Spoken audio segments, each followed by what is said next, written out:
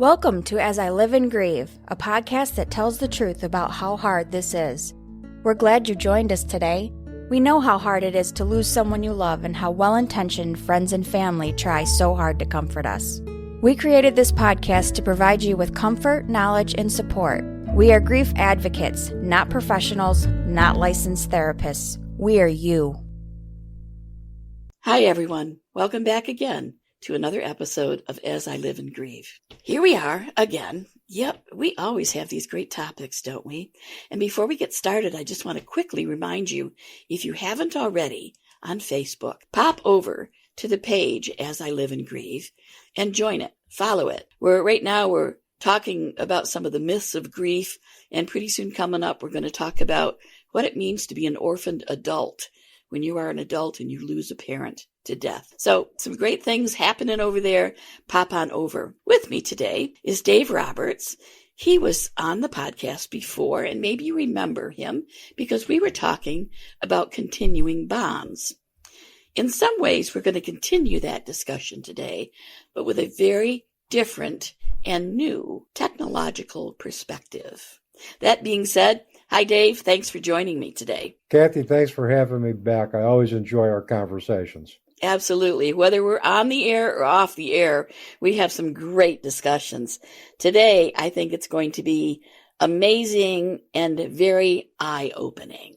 So before we get started, though, would you just remind our listeners a little bit of your background, please? Who is Dave Roberts? Well, who I am depends on the category I happen to be in at any particular time. But just to give you a brief overview, I'm an adjunct professor of psychology, child life, and health studies at Utica University. Among the courses I teach are care of the human spirit and death, dying, and bereavement. I've also been a workshop presenter. I've been a keynote speaker. I'm an author. I co-authored in 2021 When the Psychology Professor Met the Minister with Reverend Patty Farino, which talks about in detail the spiritually transformative experience I had after my daughter Janine transitioned in 2021, and among other things, about how psychology and spirituality can interact to help individuals embrace a different perspective after a loss and the importance of critical thinking. I'm a podcaster. I have my own podcast, which is going to be a year old, the end of March, the Teaching Journeys podcast, and Right. Kathy's been a guest on that as well, too. Yes. And we're going to have you back for a return engagement at some point. I'd love to. Maybe we can continue a discussion on this topic. Who knows? Absolutely. So that's me in a very brief nutshell. And, there's obviously more categories and more layers, but that's kind of the condensed version for your audience, Kathy. It's a great summary. Thank you. And thanks again for being here. My We're going to pleasure. talk about something that in the field of technology is called grief tech. This topic came to me in an article a friend of mine sent in January. And as I mentioned in the intro, it does kind of connect with continuing bonds. One of the things I hear frequently from almost every person who's grieving is, oh, what I wouldn't give for a signal, a message, something, just something to let me know that we're still connected. Something, anything. So imagine for a moment if you got an email from your late spouse that said, "My dearest love, I know that my physical presence is no longer with you, but please know that my love for you remains the same.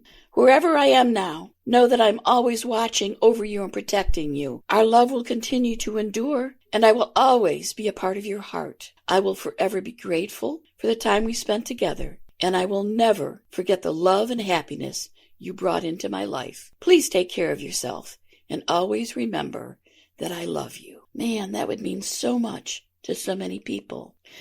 But this is a special kind of message, Dave. It wasn't written by a spirit. It wasn't sent by a spirit. It was written by a computer program using a technology called artificial intelligence, or AI. So what I want to talk about today is the fact that there are now companies out there using artificial intelligence to craft messages that seem to come from our departed loved ones. And when you hire them for this service, and you do have to pay for it. Most of it's reasonably priced, I will say. But then you will get messages routinely. And depending on the service, they will ask for, either they will have you complete a questionnaire divulging personal information so that they would use your name and your departed loved one's name. They might talk about places you used to travel to. It all depends on what information you give them. They will then feed into the system and craft what could be very personal messages so that you feel connected to your dead one. Again, crafted by a computer. And I'm going to start out, before I turn the mic over to you, Dave, and I'm going to say the very definition of artificial intelligence, artificial equals not real. What are your thoughts on this? Well, as we were talking off, prior to recording, there's a lot of legitimate and practical uses for artificial intelligence. For the podcast editing program that we both use, there's a lot of AI features that really make, especially for, if you're a one-person operation, that allow basically the AI features that our program has to allow us to really basically have a program manager to help us, write YouTube summaries, Right. help us write summaries of the script, a variety of different things. And I think in that, it could be effective. I think it's also a polarizing topic in a lot of different levels. AI can be certainly misused. It could be probably hacked. It could be, if AI is used without somebody's permission or is used to, if, like, for example, somebody outside of the family hired a company to do kind of a profile or feed information about a person's loved one, and that person got that email was provided, and that email address was provided, and that information or routine emails facilitating continued bonds were sent, it becomes intrusive and exploitive. And so that's one of the things that is a concern for Right. me. On the flip side, there's a yin, there's a yang, or a yang, there's a yin. For what this does is, I think, for a lot of individuals who need that routine reassurance that their loved one is around and the continued bonds are around, it is a very good tool for that to happen. The other thing I like is, I think there are some companies that will also interview individuals prior to end of life, and the person can at any time interact with that person, with that deceased loved one's avatar, and ask them questions about their life based on what Right. questions were fed.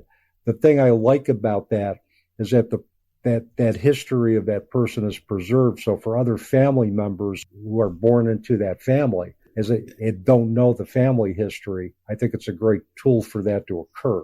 It's as if the person is talking to them, and it recreates that.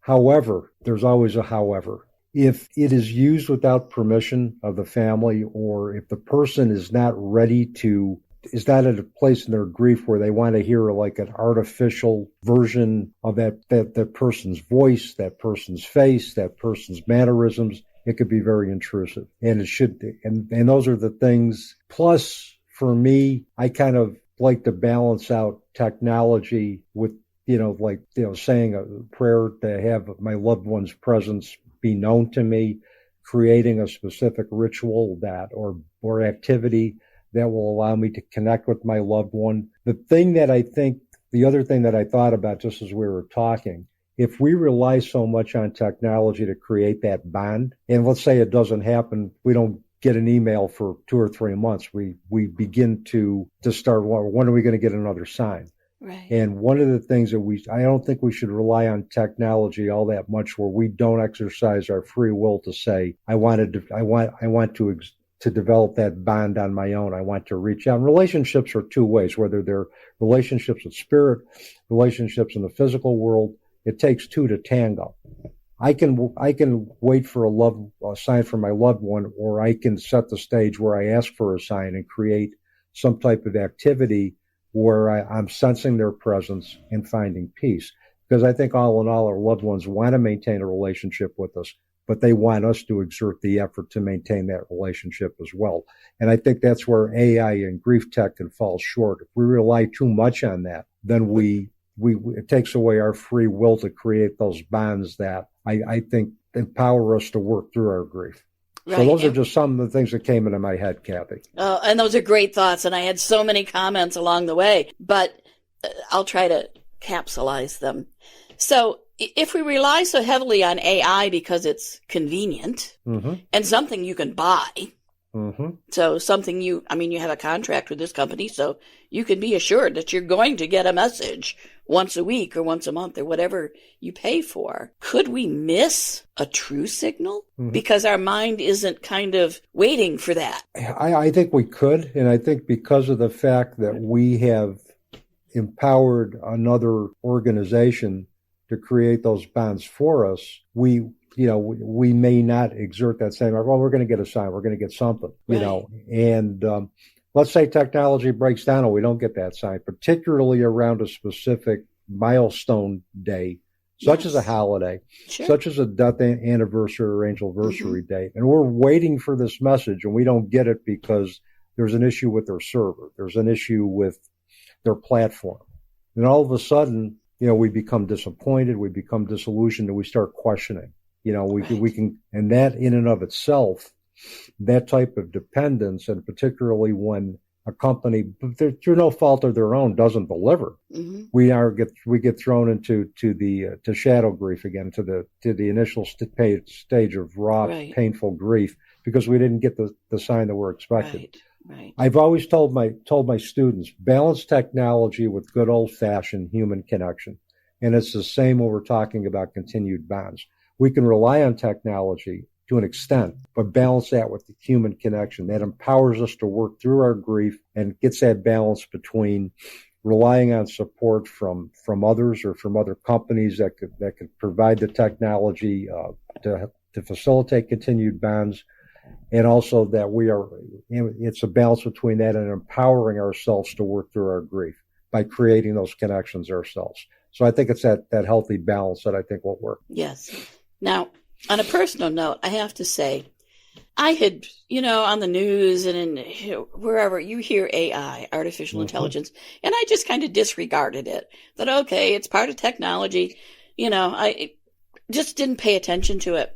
And this is maybe a year ago even that it first kind of came into my brain. And I was traveling with my daughter, actually, and we were going to a workshop, and one of the sessions was going to be on using artificial intelligence to create content, like Facebook posts, blogs, things like that. And I thought, oh gosh, I don't want to go to this presentation without knowing a little bit more about AI. So in the car, while my daughter is driving, I brought up probably the most common AI application, ChatGPT. Yep. ChatGPT. And I started to play with it. Now, ChatGPT, you can give it 5 ingredients you have in your refrigerator and ask it what you should have for dinner that night. And within seconds, it will whip off a list of dishes and give you the recipes. So then I tried something else. Within seconds, poof, there's the information. I was literally blown away by the capacity of ChatGPT to respond to this. So joking around, I started a conversation with the application and immediately was struck by the thought that, wow, if somebody is like totally disabled and can't leave their home and they have no family, so they have very little support. Maybe a nurse comes in every other day or something. They could have a friend in this application. They could talk to this person. Absolutely. But you have to remember it's not a person. So the reason I mentioned that is because it let me see that there could, in fact, be some applications that would be helpful to have AI. Maybe for a student that needs tutoring. Perfect. Because there's so much information in there.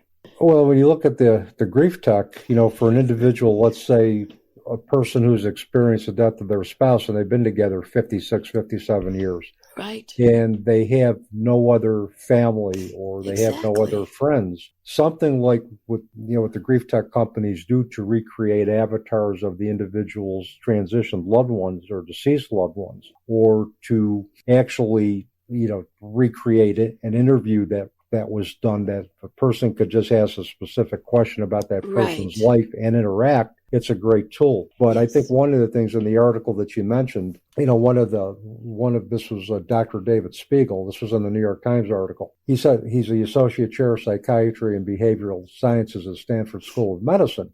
Right.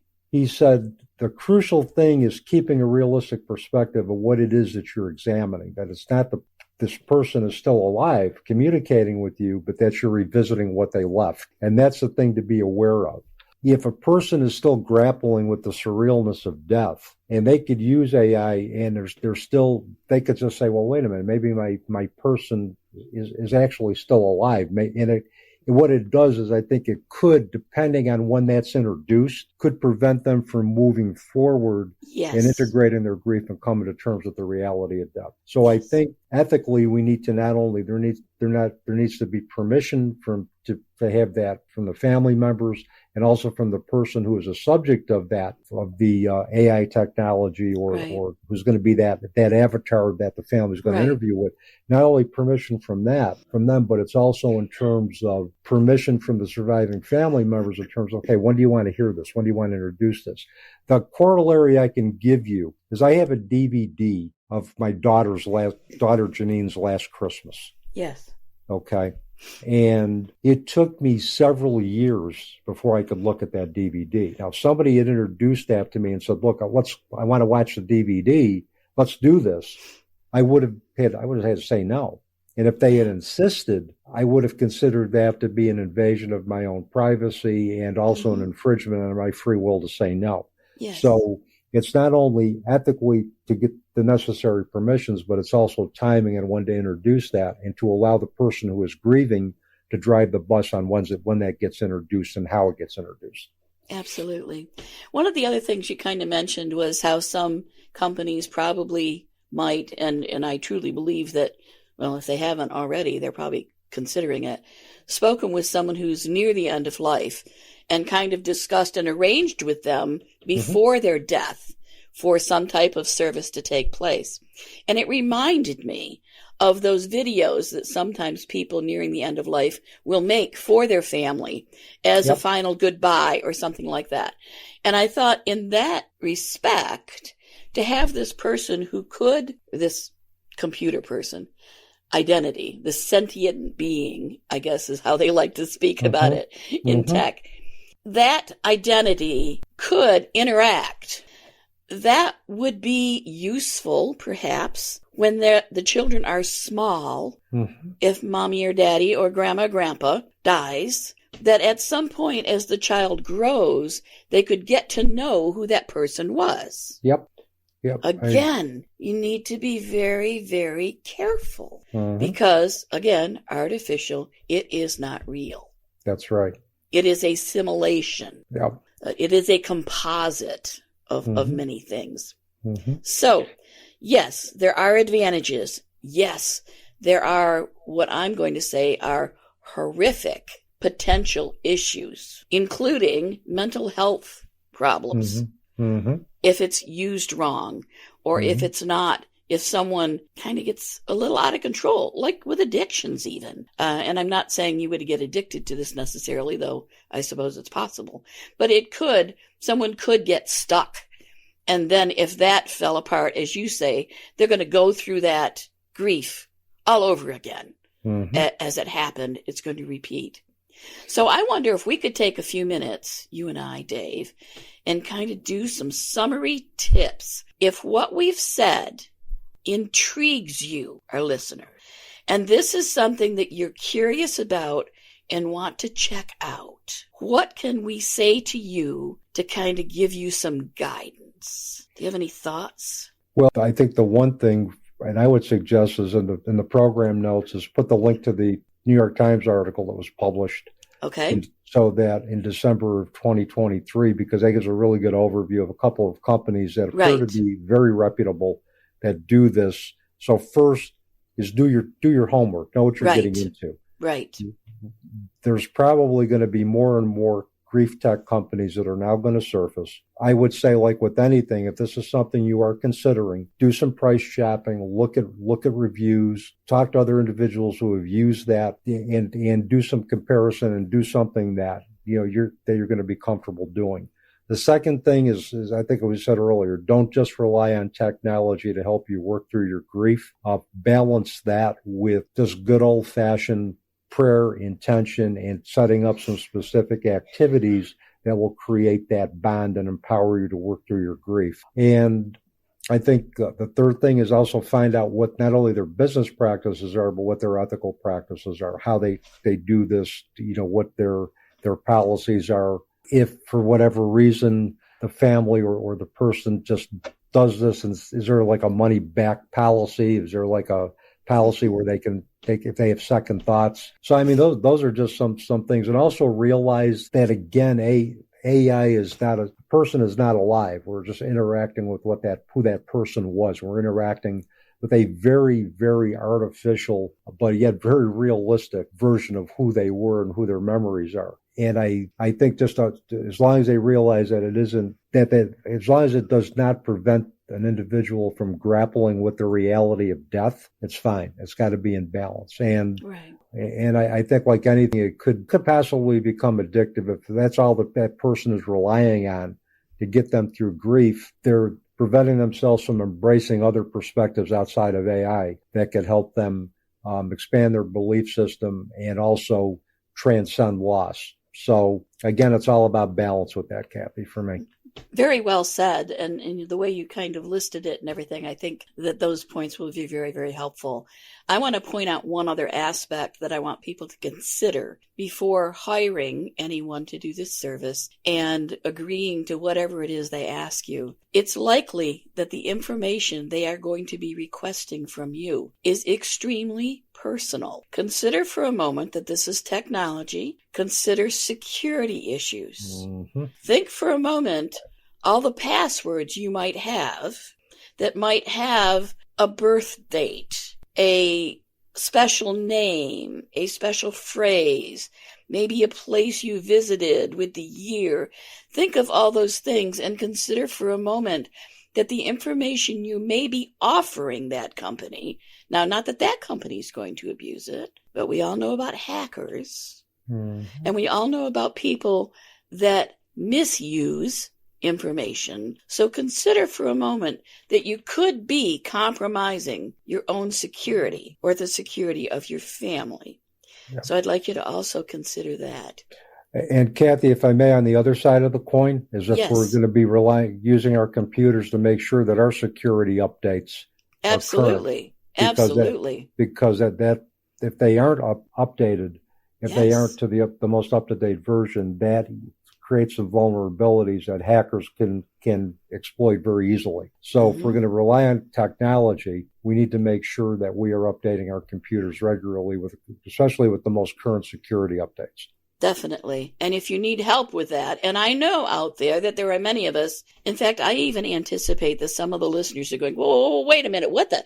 Yeah, you're talking about this and I don't get it. I don't understand it. If you don't understand computers and you don't have a foundation of knowledge of technology, ask your grandkids. They know. Get your grandkids, talk to them about it.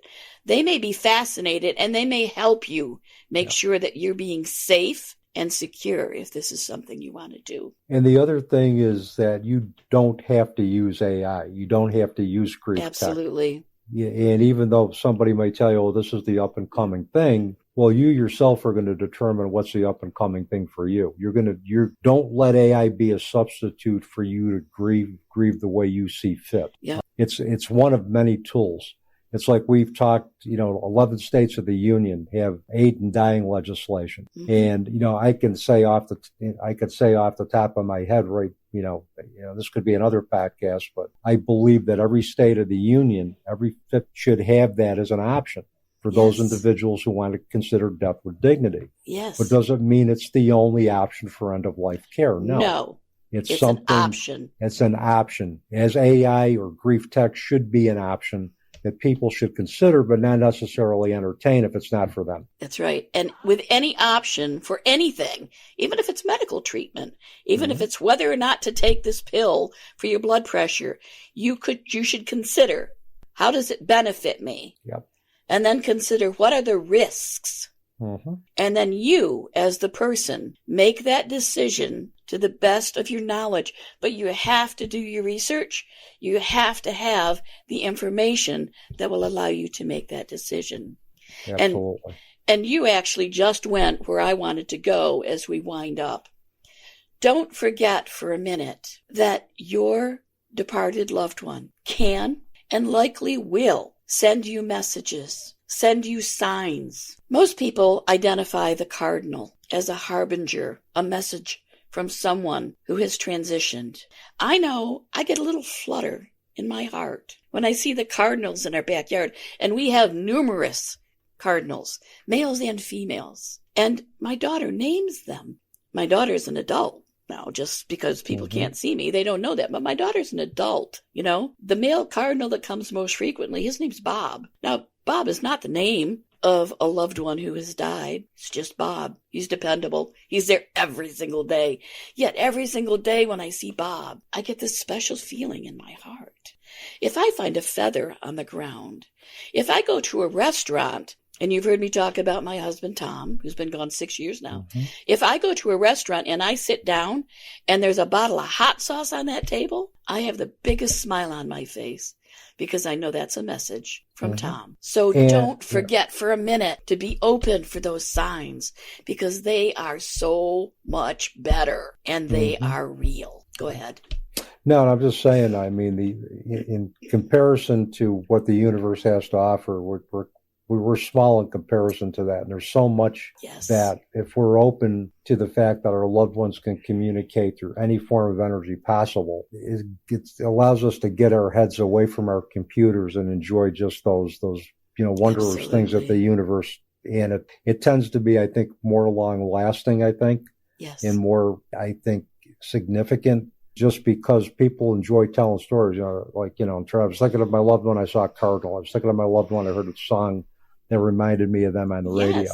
Yes. And though we cannot consensually validate somebody else's experience, it's impossible to unless we were in their skin when they were experiencing it. The person's interpretation of a sign is always dependent on what's going on with them in the present moment. If they're thinking of their loved one, it's a sign. Sometimes a butterfly is just a butterfly, a cardinal's just a cardinal. Yes. But it's what's going on that makes that significant. And it's our job to understand through their eyes what the significance was of that event for them and how for that moment it gave them a moment of peace and helped them maybe see a different perspective on life, death, and life after death. Absolutely. Absolutely. Quick personal story.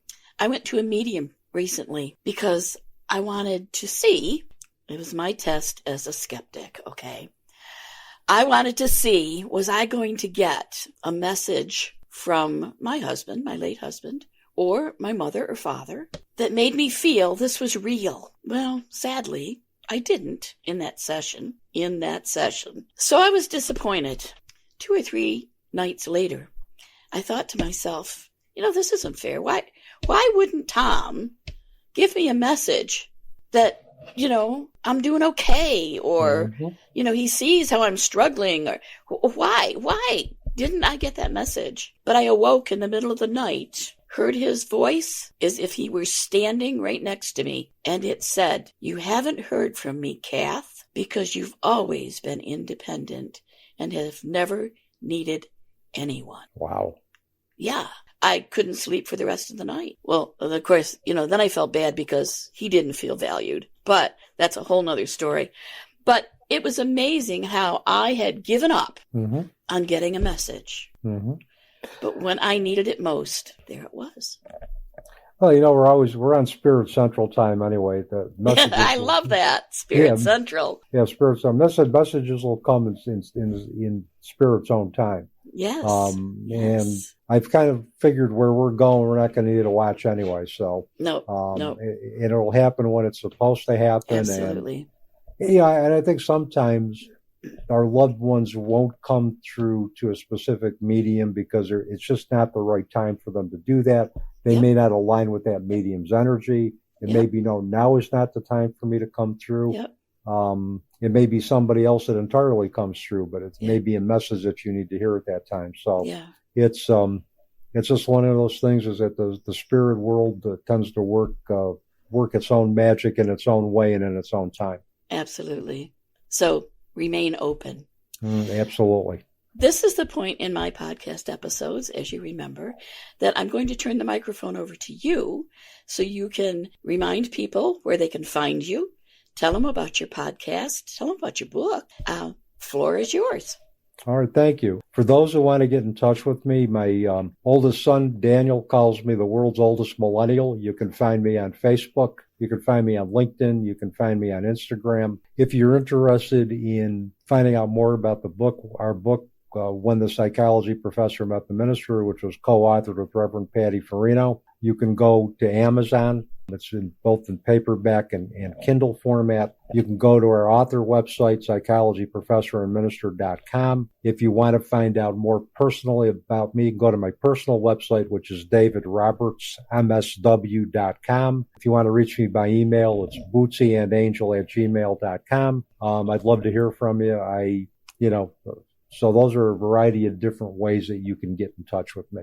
The Teaching Journeys podcast is on Apple, Spotify, and all of your favorite podcast platforms. We're both audio now, and I've just been recently doing video and uploading to YouTube. So we both now have an audio and video presence. Our first anniversary of the podcast is going to be coming up tomorrow. It'll be tomorrow. I know we're recording on March 30th. March 31st is going to be exactly 1 year since the podcast was launched. So we're coming up to a milestone of sorts. Happy anniversary to the podcast. Thank you. It's Easter Sunday, which Easter is always a time of rebirth and regeneration and rediscovery. So perfect. And I've been grateful, to all the guests that have been on the podcast as well, including you, Kathy. And we have to do this again in the second year of the podcast. Sure. Ready whenever you are. Okay, listeners. I know this was a very profound topic and a lot of information, and it may be difficult to kind of wrap your head around it. It may require that you need to listen to the podcast a second time or a third time. Please, Dave's information will be in the podcast notes and on our website. You know how to reach me. If you have any questions, if you're concerned, if you have an opinion, if you want more information, don't hesitate to reach out. We love hearing from you. And I guess in summary about all this, I'm just going to say, be cautious, be careful. Remember to take care of yourself by not exposing yourself to anything that could make your grief journey more difficult than it already is. If you're curious and you feel this might be helpful, by all means, explore, research. Do not be impetuous. Be cautious. Do your research. Bring others into the decision if you need to, others in your family. Like I say, sometimes the younger generations will think of something that we might not. And if this isn't for you, fine also. I applaud you maybe for being at a point where you don't feel that you need something artificial, that you are in tune with everything. And though difficult, you're getting along. That's absolutely wonderful. But also be cautious, because we all know, especially with new technology, with trends, with fads, with new concepts, there is a group of malicious people out there that might find an occasion to try to prey on those who are vulnerable, such as someone grieving. So please be very, very careful. Take care of yourselves, and please join us again next time as we all continue to live and grieve. Thank you so much for listening with us today. Do you have a topic that you'd like us to cover, or do you have a question from one of our episodes? Please email us at info@asiliveandgrieve.com and let us know. We hope you will find a moment to leave a review, send an email, and share with others. Join us next time as we continue to live and grieve together.